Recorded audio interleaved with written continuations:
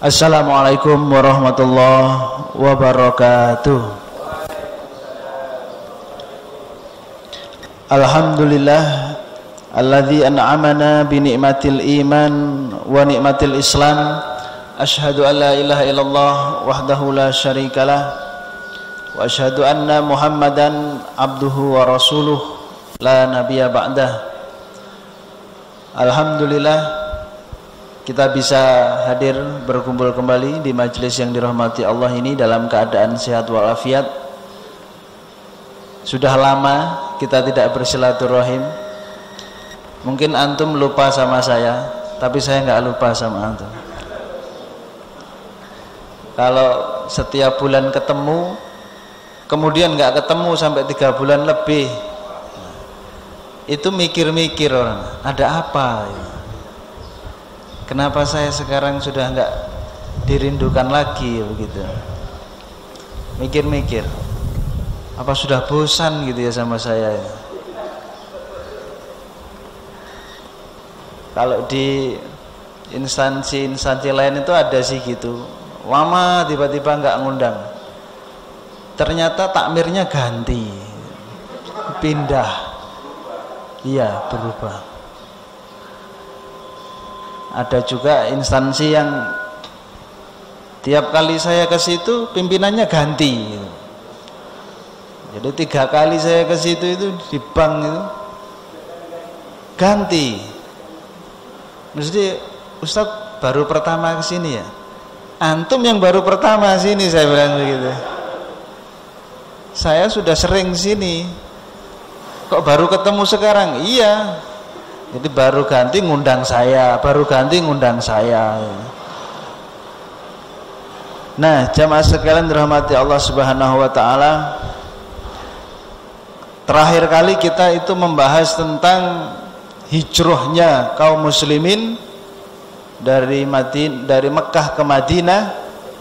Kemudian bagaimana Rasulullah SAW membangun masyarakat muslim yang pertama saat itu di Madinah,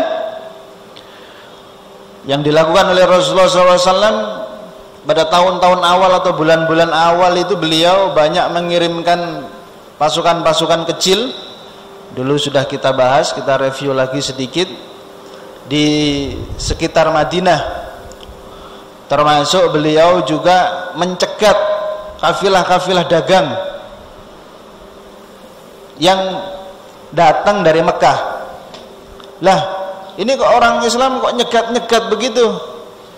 Sebenarnya berhak orang Islam untuk nyegat-nyegat. Soalnya orang Islam ketika di Mekah, mereka itu dianiaya, disiksa, harta bendanya diambil. Balas dendam dong. Ya terserah bagaimana orang mengatakan. Tapi yang jelas itu boleh. Karena sejak awal di Mekah orang Islam dianiaya, hartanya diambil. Bahkan ketika hijrah itu semua hartanya diambil oleh orang-orang Mekah. Nah, ketika sudah di Madinah, orang Mekah yang ngambil-ngambil tadi itu dagang, gantian dagangannya diambil oleh orang Islam. Ya bisa dikatakan mengambil apa yang dulu menjadi milik saya, begitu. Karena ada orang-orang barat itu yang hanya melihat tidak dari awal, tapi dari tengah-tengah, ketika orang-orang muslim mencegati orang-orang yang dari Mekah ketika berdagang. Ini orang-orang Islam ini ngerampok katanya ya. Nggak ngelihat dari awal. Awalnya ketika di Mekah itu bagaimana? Hanya ngelihatnya dari Madinah saja. Nah, perang Badar itu awalnya yaitu ketika Abu Sufyan bersama kafilah dagangnya menuju Syam untuk berdagang. Abu Sufyan ini diantara pemimpin kaum musyrik yang sangat masyhur dan sangat keras penentangannya kepada Islam, meskipun nanti dia masuk Islam dengan keislaman yang baik. Bahkan Abu Sufyan ini adalah mertua Rasulullah SAW. mertuanya. Nah, Abu Sufyan itu bersama kafilah dagangnya pergi ke Syam. Ada kabar itu didapat oleh Rasulullah SAW. Kemudian Rasulullah mengumpulkan para sahabat-sahabat. Ini ada kabar bahwasanya Abu Sufyan bersama kafilah dagangnya lewat daerah kita. Bagaimana? Apakah kita cegat? Iya. Para sahabat-sahabat diajak musyawarah begitu. Iya. Lalu Rasulullah SAW mengumpulkan sahabat-sahabat. Niat awalnya tidak perang. Niat awalnya hanya mencegat kafilah dagangnya Abu Sufyan. Sehingga para sahabat-sahabat yang tidak ikut pun itu tidak apa-apa. Dan persiapan persenjataannya seadanya. Maka terkumpullah pasukan 300-an orang, 319 orang yang ikut Rasulullah SAW di dalam mencegat Abu Sufyan itu. Nah, 319 ini tidak semuanya naik kuda atau naik onta, kebanyakan jalan kaki, dan setengah lebih itu dari orang-orang Ansor, sisanya dari orang-orang Muhajirin.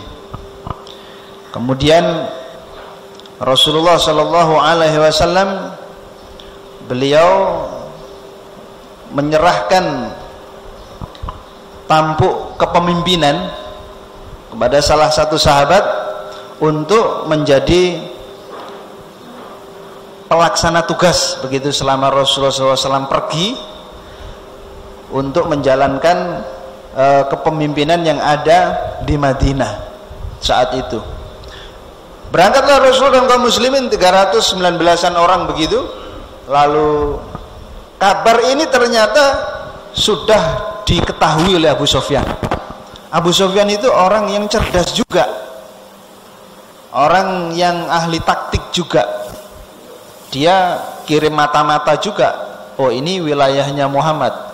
Maka dia ngirim mata-mata, ternyata didengar oleh dia Muhammad mengirimkan pasukan. Wah, sebelum pasukan nyampe, Abu Sufyan mengirimkan utusan ke Mekah. Ini kalau kita hadapi sendiri, kita akan kalah. Abu Sufyan begitu.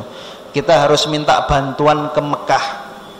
Maka Abu Sufyan mengirimkan seorang utusan untuk ke Mekah, memberitahukan bahwasanya kafilah dagangnya Abu Sufyan sedang dalam bahaya, akan dikepung, akan diserang oleh orang-orang muslim. Abu Sufyan mengirimkan seorang yang bernama Abu Lubabah. Lalu Abu Lubabah ini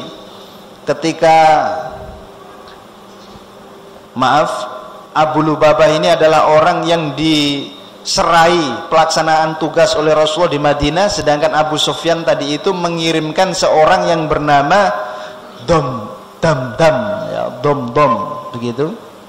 Nah, Damdam ini akhirnya pergi ke Mekah. Mekah Madinah itu jauh, kurang lebih 350 kilo. Ya, itu mengirimkan utusan ke Mekah untuk memberitahu di mana kafilah dagang yang dipimpin oleh Abu Sufyan itu tidak semuanya milik Abu Sufyan. Dagangan-dagangan itu ya dagangannya orang banyak, cuman rombongan itu dipimpin oleh Abu Sufyan begitu. Sehingga apabila ini direbut oleh orang Islam, maka yang rugi itu tidak hanya Abu Sufyan, banyak, dan terutama kehormatan orang-orang Mekah itu bisa rusak kalau sampai Abu Sufyan ini jatuh ke tangan kaum muslimin atau ditundukkan kaum muslimin. Karena Abu Sufyan ini figur begitu, beda sama yang lain-lain. Maka ketika Dom tadi itu udah nyampe Mekah, dia teriak-teriak, woi orang-orang Mekah, berkumpullah, lalu mengabarkan. Ketika dengar begitu itu, mereka segera menyusun pasukan juga yang dipimpin oleh Abu Jahal. Abu Jahal langsung yang mimpin. Segera dibentuk pasukan dengan persenjataan lengkap, dengan perbekalan yang lengkap, dipimpin langsung oleh Abu Jahal. Terkumpul kurang lebih 1000 orang lebih. Jadi 1000 dan kaum muslimin hanya 300-an orang. Selalu mesti kalah jumlah. Malah ketika kaum muslimin menang jumlah, itu dalam perang awalnya malah kalah. Jadi aneh, karena imannya meskipun banyak saat itu kaum muslimin tidak begitu kuat. Tapi ketika mereka itu jumlahnya sedikit-sedikit lawan berkali-kali lipat, itu malah menang, karena imannya itu kuat sekali yang sedikit-sedikit tadi itu. Ini 319. Ketika Abu Jahal berangkat bersama 1000 orang tadi itu, membawa macam-macam sudah, dengan untuk makan di sana itu sudah disiapin. Nah, 350 kilo itu kurang lebih ya sini Semarang begitu ya. Nah, di sana itu kalau nggak disiapin ya makan apa? Maka bawa itu ratusan onta untuk disembelih setiap harinya. Bawa barang-barang makanan untuk dimasak, tenda-tenda, kemudian minuman, kemudian juga membawa penyanyi-penyanyi untuk menghibur, wanita-wanita untuk menghibur, nyanyi. Lengkap sudah pokoknya. Kenapa? Karena ngerasa mereka itu dikdaya, pasti orang Islam kalah. Abu Jahal itu nganggapnya ini kayak rekreasi aja lah gitu, kita nikmati aja perjalanan ini. Oh gitu, Abu Jahal itu sombong sekali. Kita nikmati saja sambil enak-enak, paling orang muslim gitu saja, sekali pukul langsung kalah, kita pulang. Nah, ketika Abu Jahal dan pasukannya itu berangkat ke Madinah dengan 1000 orang tadi itu, Abu Sufyan dia ketika mengetahui Nabi Muhammad akan mengejar dia muter, dia cari jalan lain bersama kafilahnya itu, tidak lewat jalan yang biasanya atau jalan yang kira-kira nanti akan dicegat oleh Nabi Muhammad dan kaum muslimin. Dia muter cari jalan lain sehingga Nabi Muhammad tidak bisa ketemu sama Abu Sufyan. Abu Sufyan muter, lolos dari kejarannya Nabi Muhammad. Di tengah jalan ketemu sama pasukannya Abu Jahal. Abu Jahal dibilangin, sudah pulang saja, kita sudah aman, sudah lolos dari kejarannya Muhammad. Abu Jahal nggak mau. Ini udah jauh-jauh dari Mekah ke sini kok suruh pulang. Udah, kita makan, minum-minum sambil menikmati biduanita saja. Nanti paling juga perangnya sebentar, umat muslim kalah paling. Udah, kalau kamu mau pulang aja sudah. Abu Sufyan pulang. Jadi ya, itu kisahnya itu begitu. Akhirnya umat muslim itu nanti ketemunya bukan sama Abu Sufyan, sama Abu Jahal ini perangnya. Abu Sufyan bersama kafilahnya udah pulang.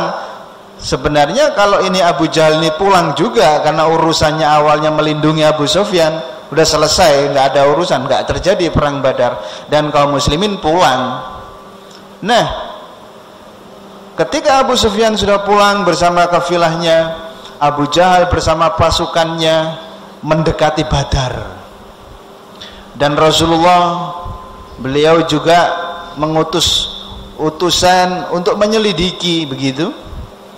Akhirnya mereka berkemah di dekatnya Badar, dan Rasulullah mendapatkan kabar ada pasukan yang berkemah juga.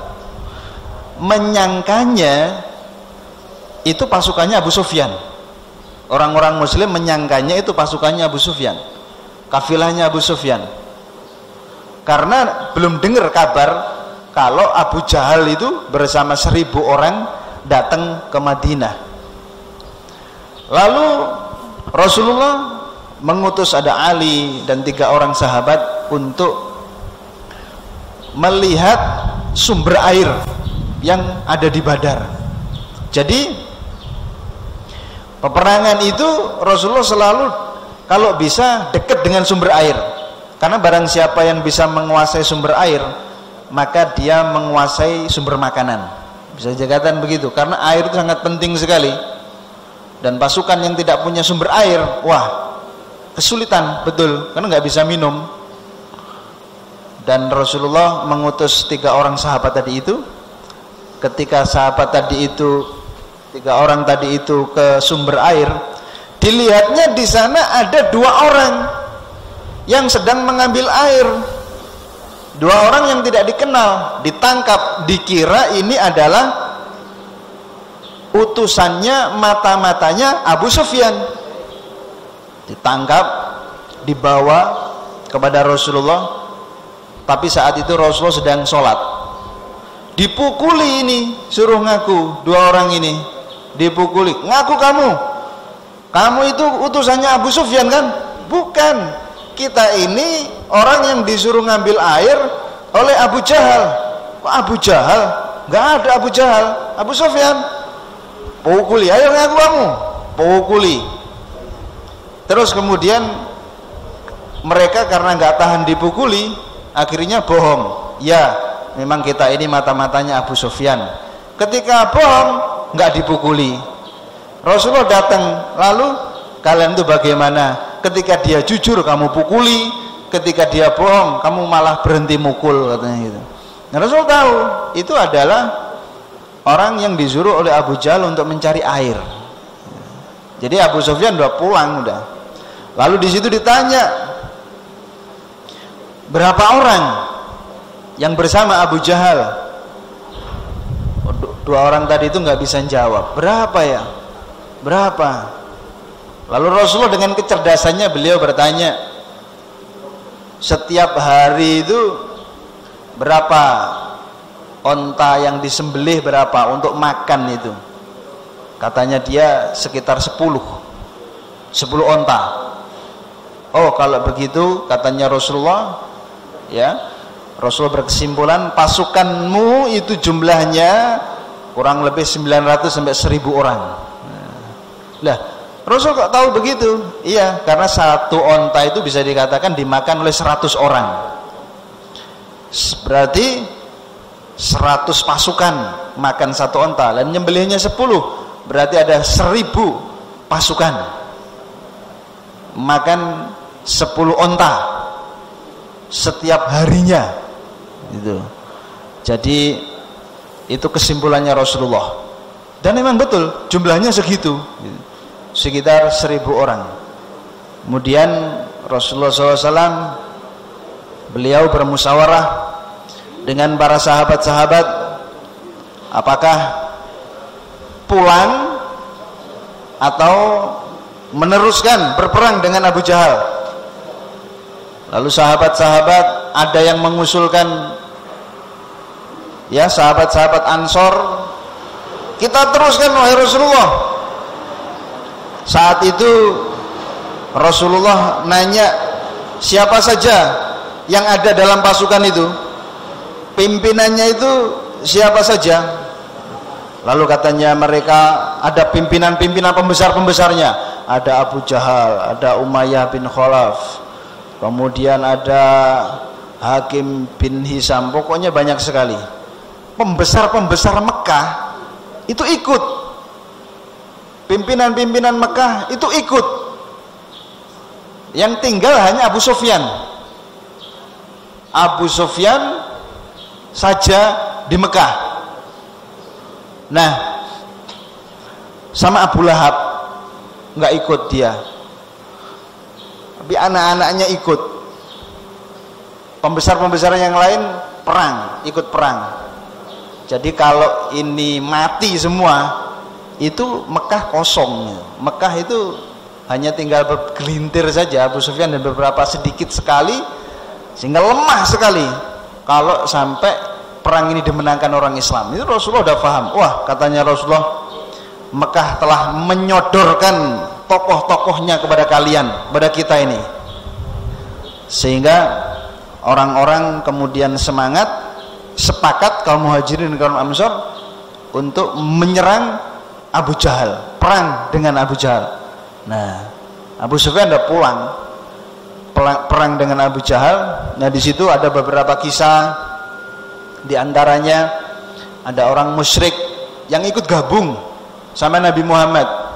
Karena terkadang orang musyrik itu dia perang bukan untuk membela agama, tetapi perang bela negara, bela tempat begitu, bela daerahnya. Karena kalau daerahnya dikuasai musuh, meskipun sama-sama musyriknya, tetapi terjajah begitu, jadi tidak mau. Lalu Rasulullah nanya sama orang itu, kamu sudah Islam belum? Katanya dia belum. Wah, udah pulang aja, kita nggak minta bantuan sama orang musyrik, sama Rasulullah gitu. Lalu melanjutkan perjalanan lagi, kemudian datang lagi orang itu ikut gabung Rasul. Nggak boleh, kamu udah Islam belum? Belum. Pulang, kita nggak minta bantuan sama orang musyrik gitu. Sampai akhirnya yang ketiga, orang tersebut datang lagi, udah Islam, udah Rasul, dia udah bersyahadat, kemudian diterima, ya sudah gabung. Jadi Rasul nggak nerima bantuan dari orang musyrik, gabung bersama kaum muslimin. Lalu mereka berkemah di dekatnya sumur Zam-Zam atau mata air Zam-Zam. Sebelumnya tidak di situ, ya, sebelumnya tidak di situ. Kemudian saat itu ada seorang sahabat yang bernama Habab bin Mundir nanya sama Rasulullah, karena Habab ini orang yang cerdas juga. Rasul, kita itu kemah di sini itu karena perintah dari Allah Subhanahu wa taala atau karena strategi engkau saja Rasulullah? Oh, ini bukan perintah dari Allah, katanya Rasul. Ini hanya strategi saja. Oh, kalau begitu wahai Rasulullah, menurut saya ini dari strategi nggak tepat ini wahai Rasulullah. Karena kita itu jauh dari air. Barang siapa yang menguasai air, dialah nanti yang akan menang wahai Rasulullah. Dia nanti yang akan bisa menguasai peperangan. Oh begitu. Kalau begitu bagaimana menurutmu? Kita pindah ke tempat yang dekat dengan air, sumber air, kita kuasai sumber air itu, sehingga nanti orang-orang musyrik tidak bisa ngambil air di situ.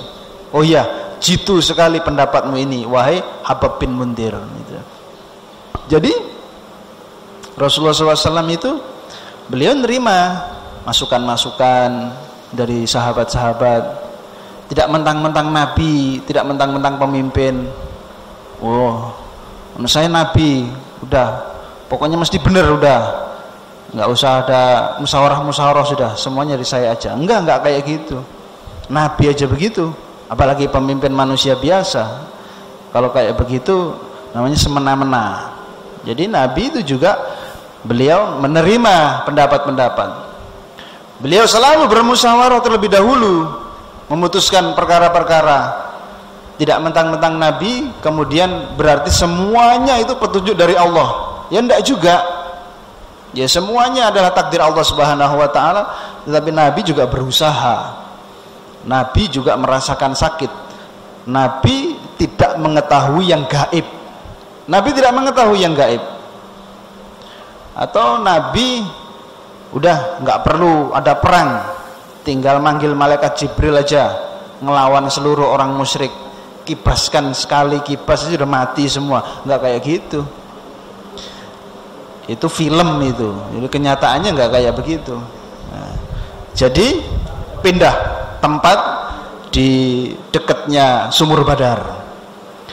Kemudian jamaah sekalian dirahmati Allah Subhanahu wa taala, itu malam Jumat tahun kedua Hijriah. Jadi udah Ramadan ya, Ramadan tanggal 17 Ramadan, malam Jumat. Perangnya nanti Jumat pagi itu malam-malam Rasulullah dan kaum muslimin di situ di kemah, dan Allah Subhanahu wa taala menurunkan ketenangan, yaitu berupa ngantuk yang begitu hebatnya. Jadi kaum muslimin saat itu ngantuk berat sampai pedangnya itu jatuh diambil lagi, tidur lagi, jatuh, akhirnya tidur beneran sudah. Jadi tidur pulas malam itu, karena tidur itu adalah istirahat yang paling bermanfaat. Tidur, pikiran cerah, tenaga kembali fresh, bangun tidur. Dan malam itu juga Allah Subhanahu wa taala menurunkan hujan deras. Wa yunazzilu 'alaikum minas sama'i ma'an yutahhirukum bih. Dan Allah menurunkan hujan lebat dari langit untuk membersihkan kalian, supaya dengan hujan itu orang-orang muslim bisa berwudu, mandi, kemudian bisa membersihkan diri. Wa yudhiba ankum rijzas syaitan, dan menghilangkan was-was setan, menghilangkan keraguan-keraguan. Jadi habis tidur, mandi, bersuci, berwudu, sholat, karena saat itu setan itu memberikan was-was, kamu ini mesti kalah, lihat pasukanmu dikit kayak gitu, lawanmu banyak kayak gitu, apa bisa menang? Itu setan kayak gitu, ngasih was-was. Dan setelah itu mandi, setelah tidur, maka menjadi tenang hatinya. Waliyarbitu ala qulubikum mayutsabbit bihil aqdam, supaya untuk mengikat hati kalian dan mengokohkan kaki-kaki kalian. Mantap sudah. 300 orang yang sama tujuannya, sama mantapnya akidahnya, tidak ada yang ragu-ragu sekali sedikit pun. Tidak ada yang membicarakan hal-hal yang menyurutkan kekuatan atau membuat takut. Nggak ada yang ngobrol kira-kira kita menang apa enggak ada, gitu-gitu tuh enggak ada. Semuanya yakin Allahu Akbar, ini mesti menang. Wah, itu ini Allah juga yang membuat mereka menjadi kokoh hatinya, kokoh pendiriannya. Malam itu ya, kita bisa bayangkan jumlahnya cuma 300 ngelawan 1000. Besok pagi perangnya. Malam itu kan orang nggak bisa tidur biasanya, tapi ini tidur pulas gitu. Dan malam itu Rasulullah, beliau berdoa terus, berdoa di kemah beliau, berdoa, Allahumma anjis lima wa'adtani, Allahumma ati ma wa'adtani. Ya Allah, penuhilah janjimu ya Allah kepadaku, ya Allah berikanlah apa yang telah engkau janjikan kepadaku ya Allah. Allahumma intulik hadhil isabah min ahlil Islam, ya Allah kalau engkau binasakan pasukan Islam ini, kalau pasukan Islam ini dalam perang Badar yang pertama ini kalah, ya Allah, maka la tu'bad fil ardi, engkau nanti ya Allah bisa-bisa tidak akan ada yang menyembah di bumi ini ya Allah. Bukannya Allah tidak tahu, sudah tahu, tetapi ini saking kepinginnya Rasulullah supaya agama Islam itu tersebar. Dan secara logika memang betul, kalau perang yang pertama ini kalah, udah Islam nggak habis, nggak ada lagi sampai sekarang bisa jadi, karena sangat menentukan sekali perang Badar Kubra itu. Jadi Rasulullah berdoa begitu, ya Allah, kalau kita sampai kalah hari ini ya Allah, Engkau nanti tidak akan ada yang nyembah lagi ya Allah. Sampai begitu Rasulullah SAW. Kemudian Allah Subhanahu wa ta'ala dia menurunkan ayat juga yang menunjukkan tentang keadaan saat itu. Istaghithun ittastaghithuna rabbakum fastajaba lakum. Ingat, ketika kamu mohon pertolongan kepadamu, kepada Tuhanmu, anni mumiddukum bi alfin minal malaikati murdifin, lalu kami jawab doamu, sesungguhnya kami Allah mendatangkan bala bantuan. Ada bala bantuan, malaikat-malaikat 1000 malaikat yang datang berturut-turut, datang bergelombang. Wah, 1000 malaikat. Malaikat beberapa saja itu ngelawan 1000 saja itu menang, apalagi ini 1000 malaikat ngelawan 1000, belum sama yang kaum musliminnya 300 ya itu juga. Jadi kaum muslimin itu menang bukan karena banyaknya jumlah, dan kaum muslimin itu kalah bukan karena sedikitnya jumlah. Sampai sekarang pun kalau kaum muslimin itu kalah, itu bukan karena sedikitnya jumlah. Katanya Umar bin Khattab ketika memberangkatkan pasukan perang, jagalah diri kalian, taatilah Allah, kerjakan perintah-perintah Allah, jauhi maksiat, karena bantuan Allah Subhanahu wa ta'ala itu turun kepada orang yang tidak bermaksiat. Nah, bantuan Allah itu turun kepada orang yang tidak bermaksiat. Sesungguhnya kita dimenangkan oleh Allah karena bantuan dari Allah, dan kita itu kalah karena kalian berbuat maksiat. Begitu. Karena kaum muslimin berbuat maksiat, berbuat dosa, sehingga Allah nggak ngasih bantuan. Maka ya sudah, yang berbicara akhirnya ketika Allah nggak memberikan bantuan, ya banyaknya jumlah, kekuatan persenjataan, hanya gitu-gitu saja, masalah duniawi saja.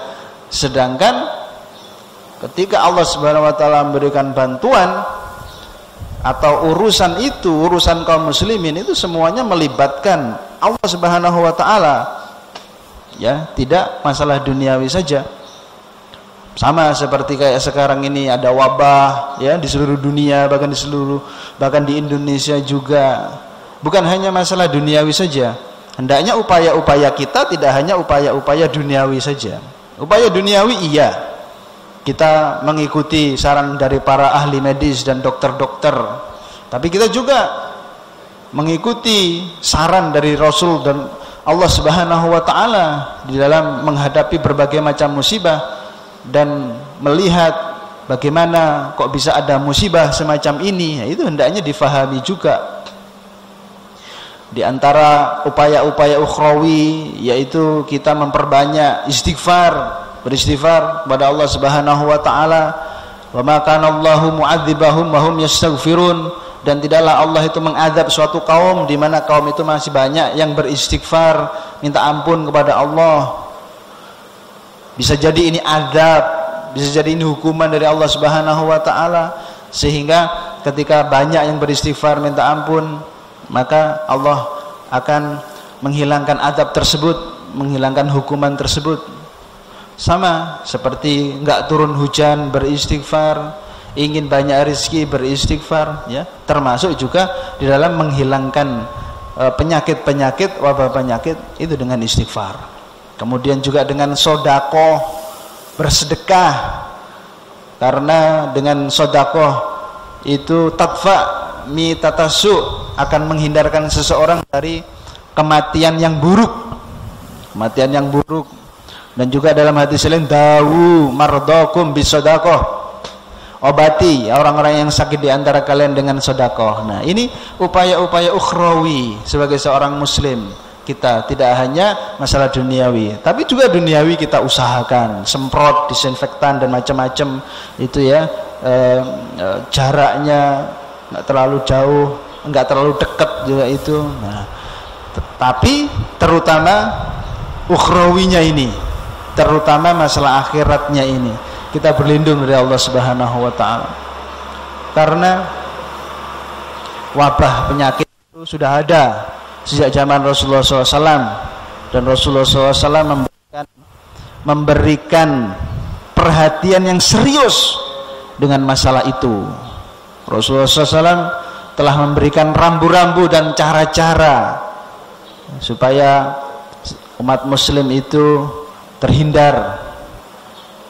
Idza sami'tum bit-ta'un fi ardin,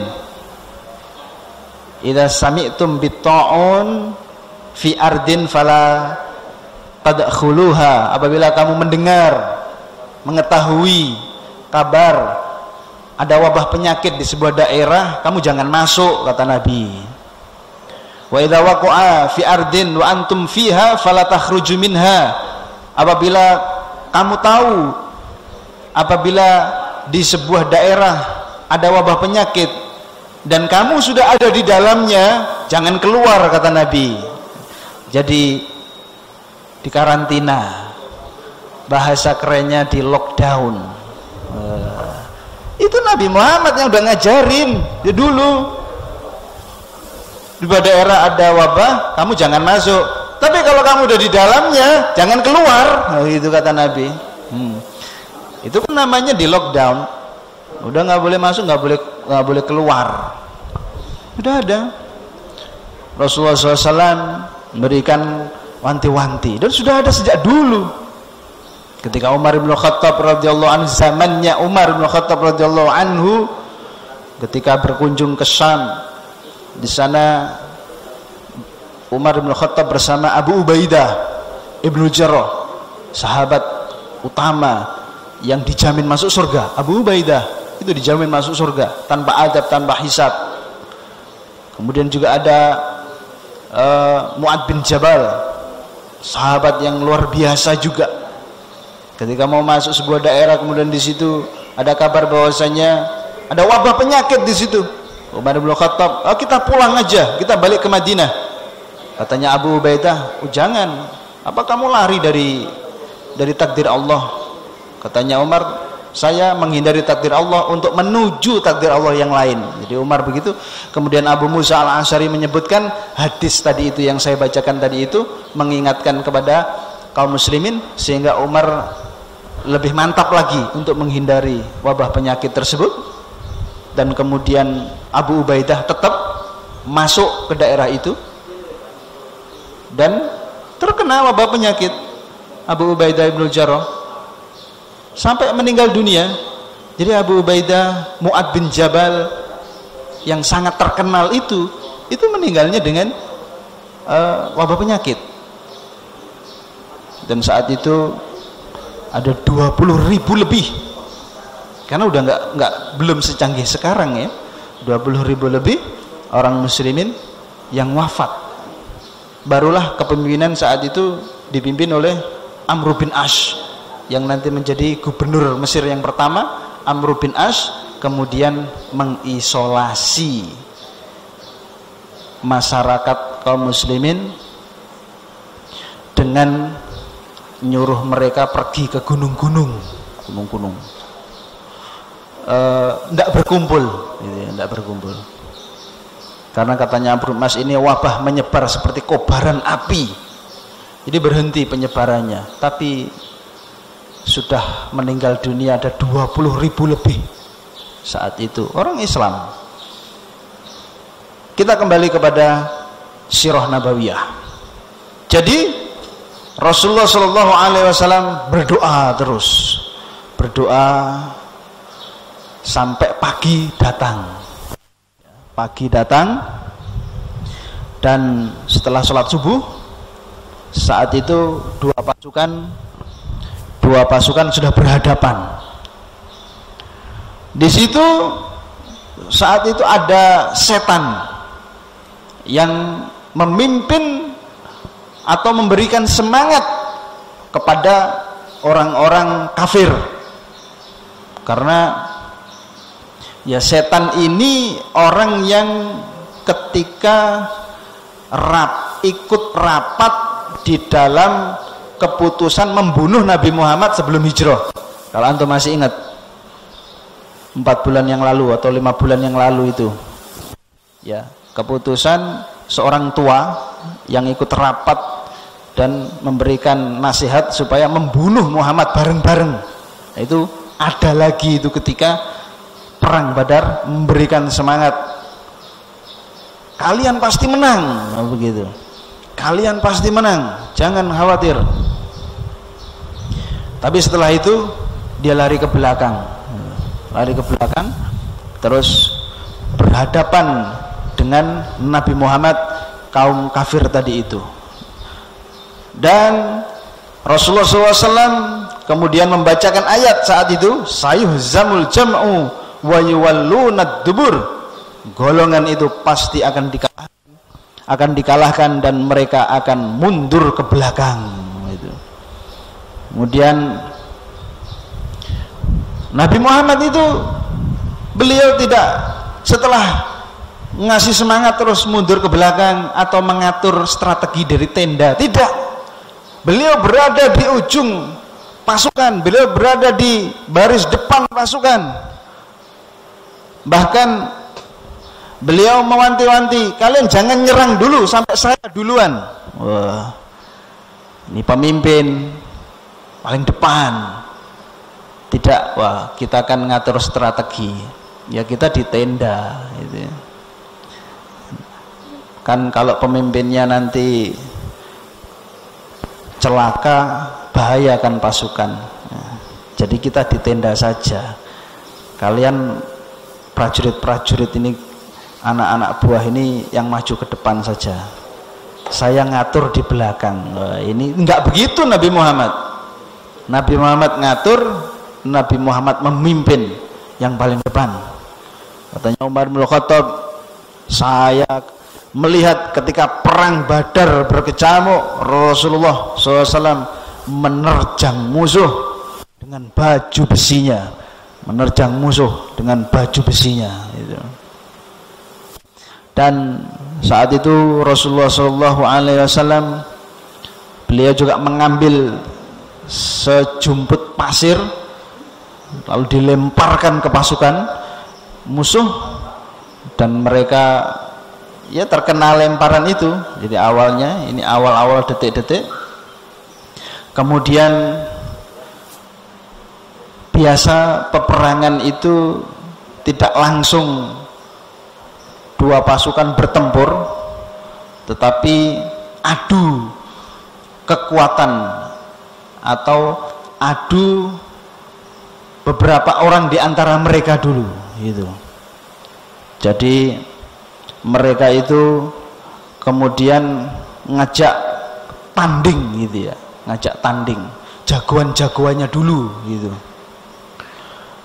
Mereka menyuruh Utbah bin Rabi'ah maju. Utbah bin Rabi'ah dari golongan kafir ini maju. Kemudian ada Syaibah bin Rabi'ah, ini kakak beradik, maju juga. Dan ada Walid bin Utbah dari orang-orang kafirnya. Ya, siapa yang berani? Ayo kita tanding dulu, 1 lawan 1 dulu, 3 orang maju. Kemudian saat itu orang-orang Islam maju, pemuda Ansor ditolak sama orang-orang kafir. Nggak mau kita ngelawan orang yang nggak dikenal gitu. Kita maunya sama yang muhajirin yang dari Mekah, ayo maju begitu. Ya kan nggak kenal, siapa kamu gitu. Kita musuh yang sudah aja di Mekah sana, ayo maju. Majulah orang-orang muhajirin, Ubaidah ibn Haris, Hamzah bin Abdul Muthalib, Ubaidah ibn Haris, Hamzah bin Abdul Muthalib, Hamzah, Ali bin Abi Thalib 3 lawan 3 maju. Itu orang Arab itu betul-betul kesatria gitu, menunjukkan kesatrianya gitu. Kalau sekarang mungkin suruh maju, kamu aja, kayak disuruh jadi imam gitu ya. Imamnya siapa? Kamu aja. Karena nggak ada imamnya, imam tetapnya pas nggak ada itu, kamu aja. Ya. Di sekolah itu kayak gitu, ada yang kayak gitu, sampai akhir nggak jadi sholat akhirnya. Subhanallah, ada kelas yang kayak gitu itu, sampai akhir nggak jadi sholat. Tunggu, minta saya, Pak imam, loh saya sudah sholat, ayo kamu, nggak mau, sampai setengah jam. Asli pulang aja le kamu le, pulang akhirnya nggak jadi sholat. Subhanallah. Ya. Ini kesatria begitu, kesatria. Masuk jenggotnya panjang gak wani dadi imam.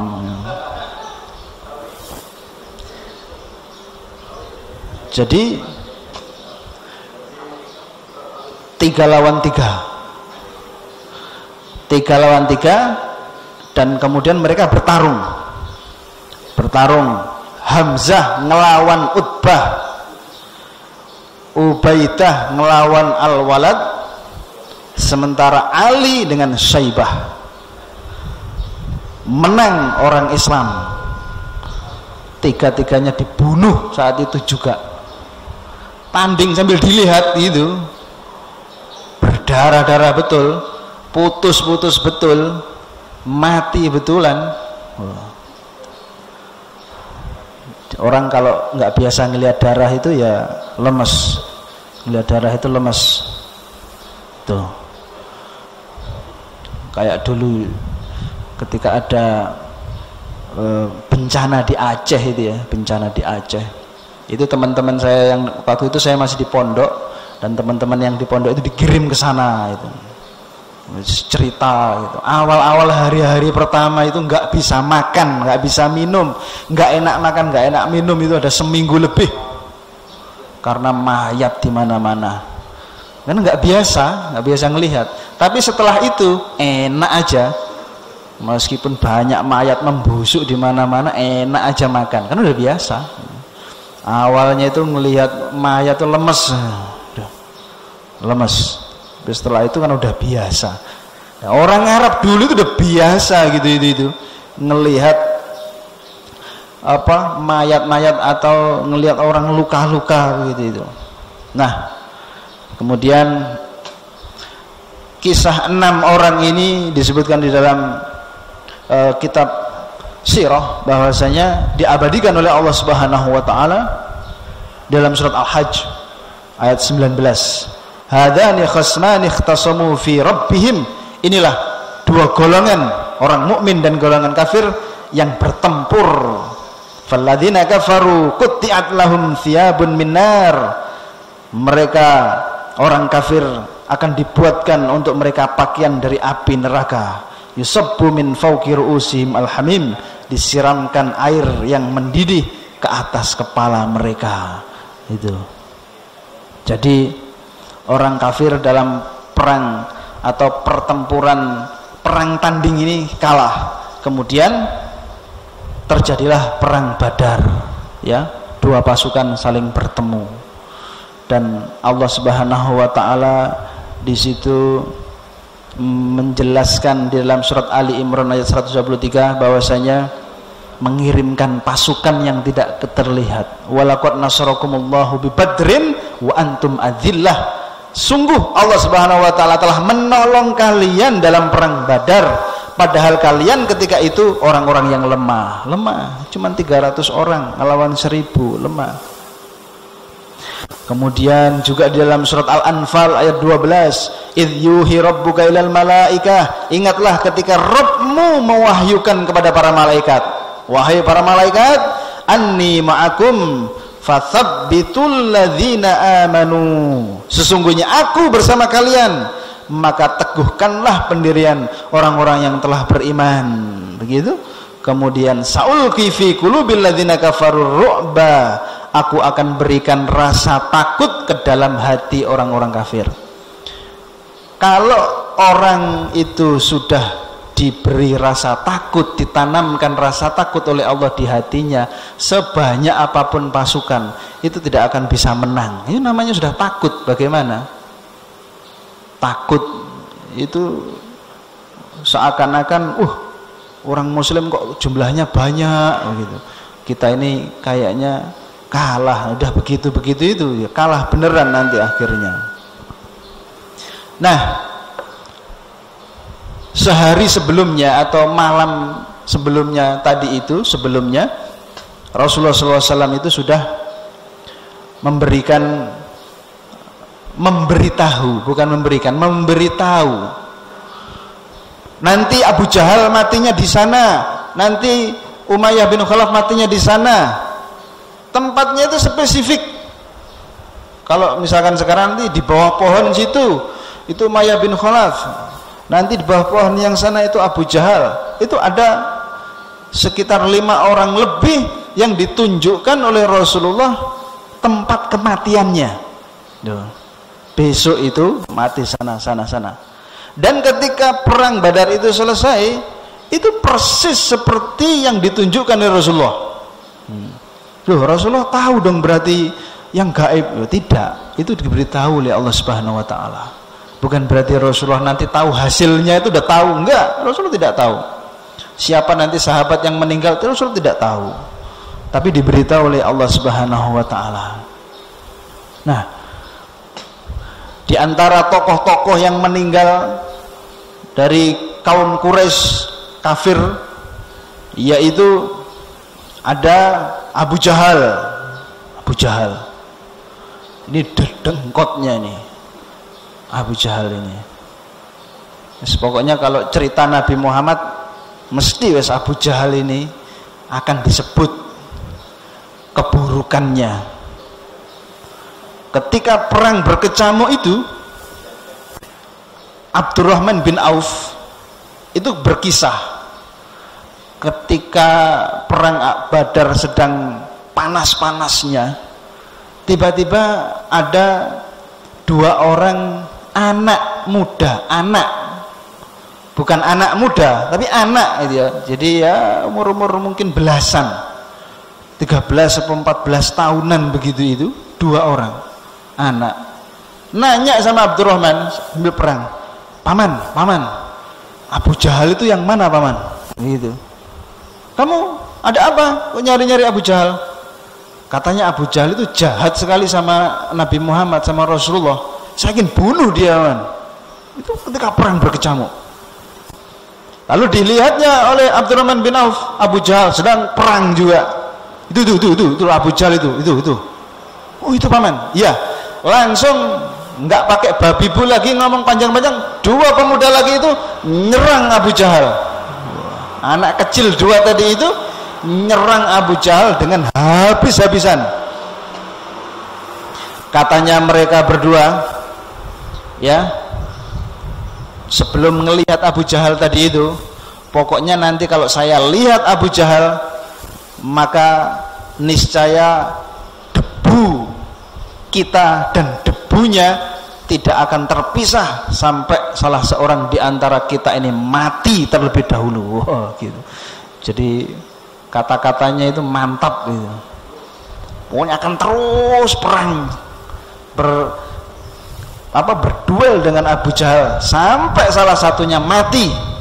Dan betulan anak ini kemudian 2 dikeroyok jadi Abu Jahal sama 2 anak tadi itu, sampai Abu Jahal lemes dan akhirnya dibunuh oleh 2 anak tadi itu. Dan ketika perang selesai, lalu ditanya oleh Rasulullah, jadi dua-duanya itu menghadap Rasulullah, lalu ditanya, siapa yang bunuh Abu Jahal?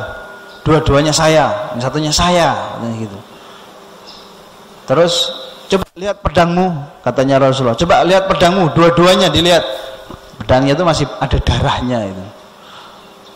Pedangnya yang satu dilihat Rasulullah, pedangnya yang satunya lagi dilihat. Lalu katanya Rasulullah, iya, kalian berdualah yang membunuh Abu Jahal. Dua-duanya itu yang bunuh. Itu kematian Abu Jahal di dalam perang Badar. Kemudian tentang kematiannya Umayyah bin Khalaf. Umayyah bin Khalaf itu mantan tuannya Bilal bin Rabah. Ya. Ini kisah yang sangat masyhur sekali, yang Bilal ditindihi batu, itu yang nindih Umayyah bin Khalaf. Bilal dijadikan bahan olok-olokan di seluruh Mekah, diarak anak-anak kecil sambil dilempari batu. Itu yang nyuruh Umayyah bin Khalaf, tuannya. Bilal dicambui setiap hari, itu Umayyah bin Khalaf ini. Pokoknya kejam sekali Umayyah bin Khalaf, terutama terhadap Bilal bin Rabah. Ketika perang Badar berkecamuk, Bilal itu nyari Umayyah bin Khalaf. Mana Umayyah bin Khalaf? Itu ya wajar, balas dendam Bilal, biarin. Kemudian saat itu dilihatnya Umayyah bin Khalaf itu sudah payah, sudah hampir menyerah ngelawan Abdurrahman bin Auf. Abdurrahman bin Auf ini juga salah satu sahabat yang dijamin masuk surga, kaya raya, konglomerat, kaya raya sekali. Saking kayanya sampai takut dengan kekayaannya Abdurrahman bin Auf. Sering menangis memikirkan kebanyakan harta. Beda kan sama kita, nangisnya kan beda. Kesedikitan harta kita. Takutnya apa? Ini Abdurrahman bin Auf itu, jangan-jangan Allah itu membalas kebaikan saya atau pahala saya itu dirupakan oleh Allah hanya di dunia ini saja itu. Soalnya di dunia ini sudah enak kayak di surga, bahwa semuanya sudah tersedia ada. Jangan-jangan nanti di akhirat saya nggak dapat lagi. Subhanallah, sampai kayak gitu ya. Ini menunjukkan betapa banyaknya hartanya, kemudian juga menunjukkan betapa solehnya dia ya, betapa hatinya itu akhirat saja. Antum jangan terlalu menghamba sama harta ya. Harta itu sifatnya kalau dikejar lari, iya kan, makanya di belakang truk itu mengejar harta kan gitu kan. Nggak ada yang dikejar harta, nggak ada, masih mengejar gitu, mengejar, semuanya mengejar sesuap nasi. Nah kalau dikejar lari dia, semakin kita kenceng ngejar dia juga semakin lari, menjauh gitu. Tapi kalau orang itu fokus ke akhirat, nah ini anehnya, hartanya itu dekat-dekat dalam keadaan hina. Maukah aku menjadi milikmu? Itu hartanya akan gitu. Tapi kalau orang yang ngejar harta, ngomongnya sama harta begitu, wahai harta, maukah kamu menjadi kekasihku? Ya kalau kamu mau milikin aku, kejar aku gitu. Korbankan apa saja supaya bisa dapat aku. Itu akhirnya orang ngorbanin macam-macam, ngorbanin kehormatannya, ngorbanin sahabatnya, ngorbanin keluarganya, nyakitin orang gitu. Abdurrahman bin Auf tidak begitu peduli sama hartanya, pedulinya sama akhirat, tapi hartanya banyak banget. Nah, apakah hanya Abdurrahman bin Auf saja? Oh enggak, banyak sahabat-sahabat itu. 10 sahabat yang dijamin masuk surga itu 9 tuh kaya-kaya semua.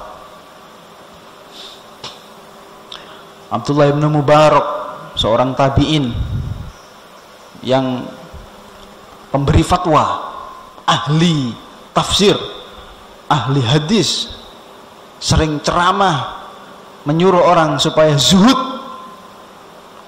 supaya ingat akhirat, supaya tidak terlalu fokus sama dunia. Tapi beliau adalah eksportir importir, ya. Kita udah bicara tentang pedagang yang besar, eksportir importir, omsetnya udah miliaran setiap hari. Itu orang bingung gitu ngelihat Abdullah bin Mubarak, sampai nanya, "Oh ya Abdullah bin Mubarak, kamu ini katanya sering ceramah ngajakin orang supaya ingat akhirat, zuhud, hidup sederhana, dan jangan terlalu fokus sama dunia. Tapi lihat dirimu sendiri tuh, kaya raya begitu, ekspor impor. Bagaimana? Kok nggak nyambung gitu sama?" Iya, katanya Abdul Mubarak, memang betul. Tapi semuanya itu tidak melalaikanku dari akhirat. Itu. Sholat 5 waktu berjamaah. Apa-apa yang diperintahkan Allah aku kerjakan, yang dilarang aku tinggalkan, berusaha semaksimal mungkin. Semua itu hanya untuk melancarkanku dalam dakwah, katanya Abdul Mubarak. Melancarkan dakwah kepada Allah. Intinya jamaah sekalian, teman-teman sekalian, jangan takut. Wah, nanti kalau mikirin akhirat aja nanti dunianya nggak ikut. Jangan takut. Itu hanya pikiran orang-orang yang tidak beriman kepada Allah. Biasanya orang barat yang begitu itu. Ya, kalau jam kerjanya dikurangi nanti penghasilannya turun. Itu pikiran orang barat. Orang Islam nggak kayak gitu. Dikurangi untuk ibadah, tambah nambah penghasilannya. Ini orang Islam. Itu buktinya. Mungkin gara-gara seret, yaitu gara-gara tidak fokus sama akhirat, begitu. Harus dirubah. Jadi nasihatnya seperti Al-Quran, wabtaghi fima ataqallahu daral akhirah wa la tansa nasibaka minad dunya. Carilah, kejarlah akhiratmu, tapi jangan lupakan dunia. Sungguh-sungguhlah dalam ibadah, jangan lupakan kerja. Jangan dibalik, kerja sungguh-sungguh, tapi jangan lupakan ibadah. Nanti ibadahnya hanya kalau ingat saja. Karena kerja sendiri itu adalah ibadah. Jadi sungguh-sungguh dalam beribadah itu juga sudah termasuk sungguh-sungguh dalam bekerja. Tapi niatnya ikhlas untuk Allah Subhanahu wa taala. Ini. Jadi jangan sampai keliru mana ikhlas.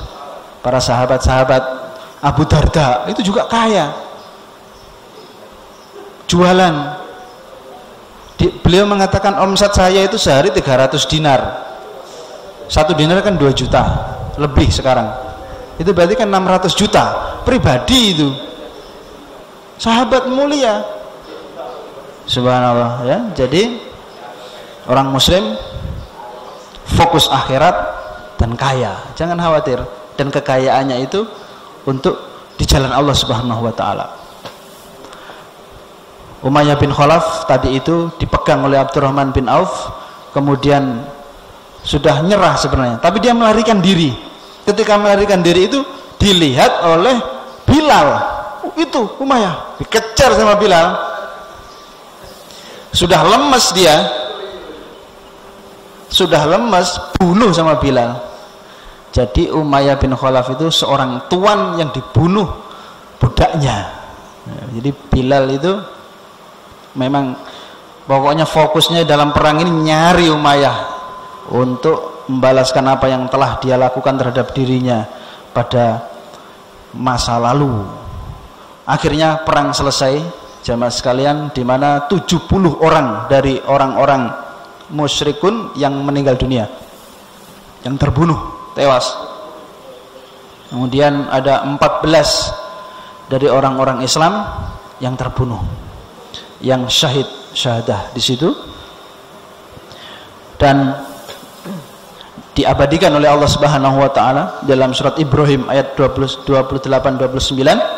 Alam tara illal ladzina baddalu ni'matallahi kufra wa halau qaumahum. Tidaklah kamu perhatikan orang-orang yang telah menukar nikmat Allah dengan kekufuran, ya, dan menjatuhkan kaumnya ke lembah kebinasaan yaitu neraka jahanam, mereka masuk ke dalamnya dan itulah seburuk-buruk tempat kediaman. Ini tentang orang-orang kafir yang terbunuh di dalam perang Badar. Kemudian Rasulullah SAW menyuruh mayat-mayat dari orang-orang kafir itu dimasukkan ke dalam sumur. Abu Jahal, Umayyah bin Khalaf itu dimasukkan ke dalam satu sumur, lempar-lempar gitu saja.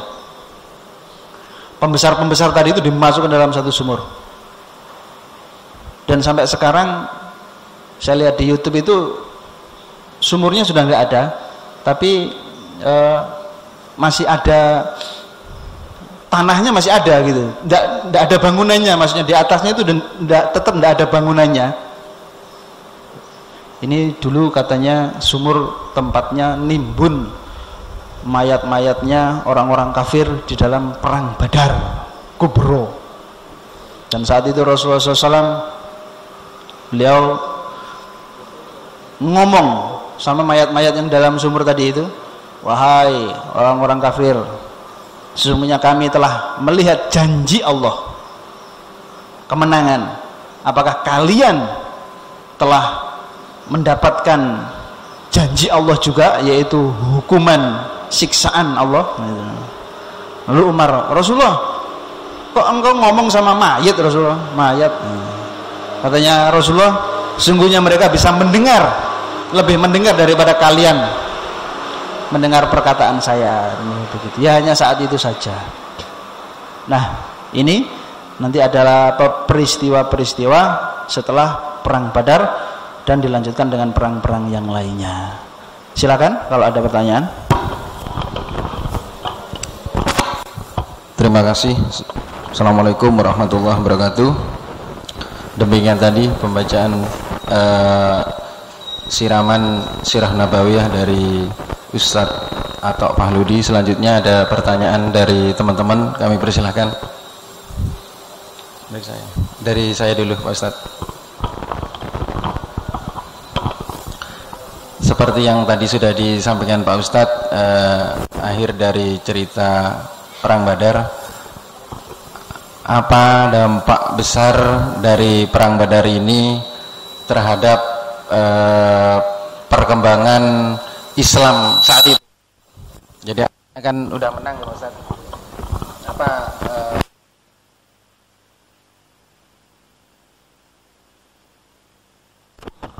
baik. Jadi seperti yang sudah kita sebutkan tadi itu dampaknya diantaranya ketika pimpinan-pimpinannya yang ada di Mekah itu terbunuh, sehingga di Mekah tersisa bisa dikatakan hanya Abu Lahab sama Abu Sufyan, hanya dua itu saja. Yang lainnya ikut perang soalnya mati semuanya.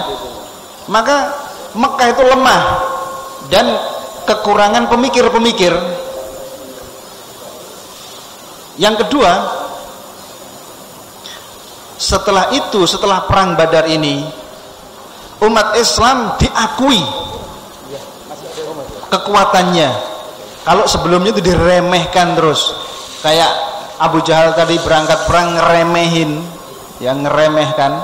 Setelah itu diakui, mereka betul-betul berpikir matang setelahnya untuk bisa mengalahkan umat muslim, dan itu mereka buktikan pada tahun yang berikutnya nanti perang Uhud. Betul-betul mereka nggak mau ngulangi lagi seperti tahun sebelumnya, nggak mau ngeremehkan, dan nanti umat muslim kalah itu di perang Uhud itu.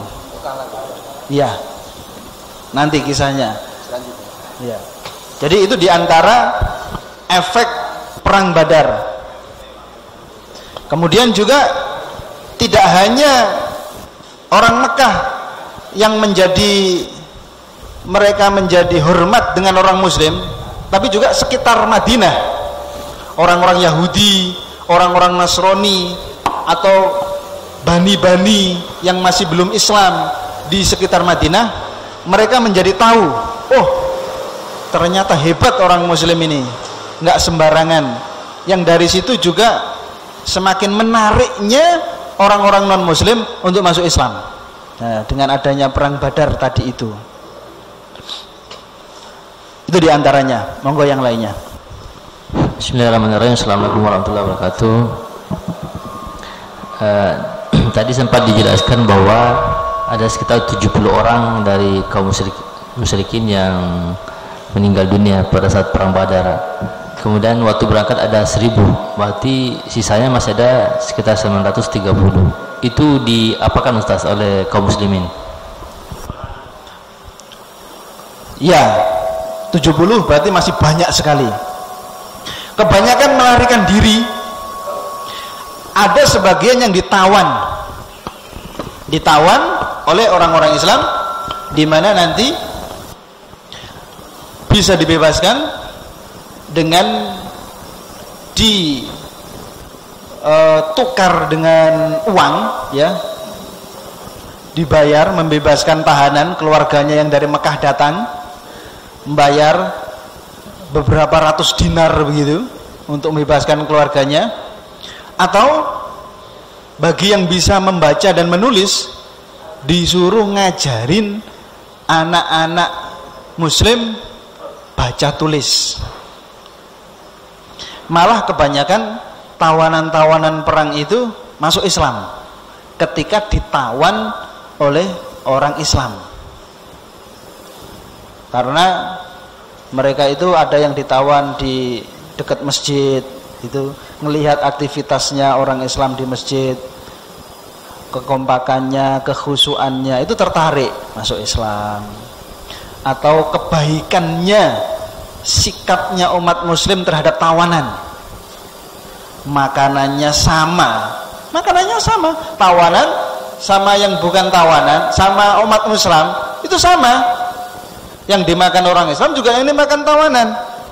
Dari situ juga ada yang menyentuh hati, masuk Islam. Ada yang disuruh ngajarin anak baca tulis, melihat kebaikannya, masuk Islam. Nah, itu. Ada yang ditawan, tapi ada juga yang ditebus oleh keluarganya. Subhanallah, tidak ada sampai sekarang, tidak ada yang sebaik umat Islam, terutama pada zaman Rasulullah, di dalam memperlakukan tawanan. Nggak ada. Sekarang nggak di Guantanamo kayak gitu, naudzubillah ya, ngeri di Guantanamo itu, disiksa. Dulu nggak ada begitu itu, diperlakukan dengan sangat baik, bahkan sangat indah. Nah, yang lainnya dipersilakan. Cukup? Ya. Alhamdulillah. Ya, semoga ada manfaatnya apa yang telah kita bahas pada sore hari ini, dan semoga kita selalu mendapatkan perlindungan dari Allah Subhanahu wa taala dengan adanya wabah penyakit ini. Billahi taufiq wal hidayah. Assalamualaikum warahmatullahi wabarakatuh.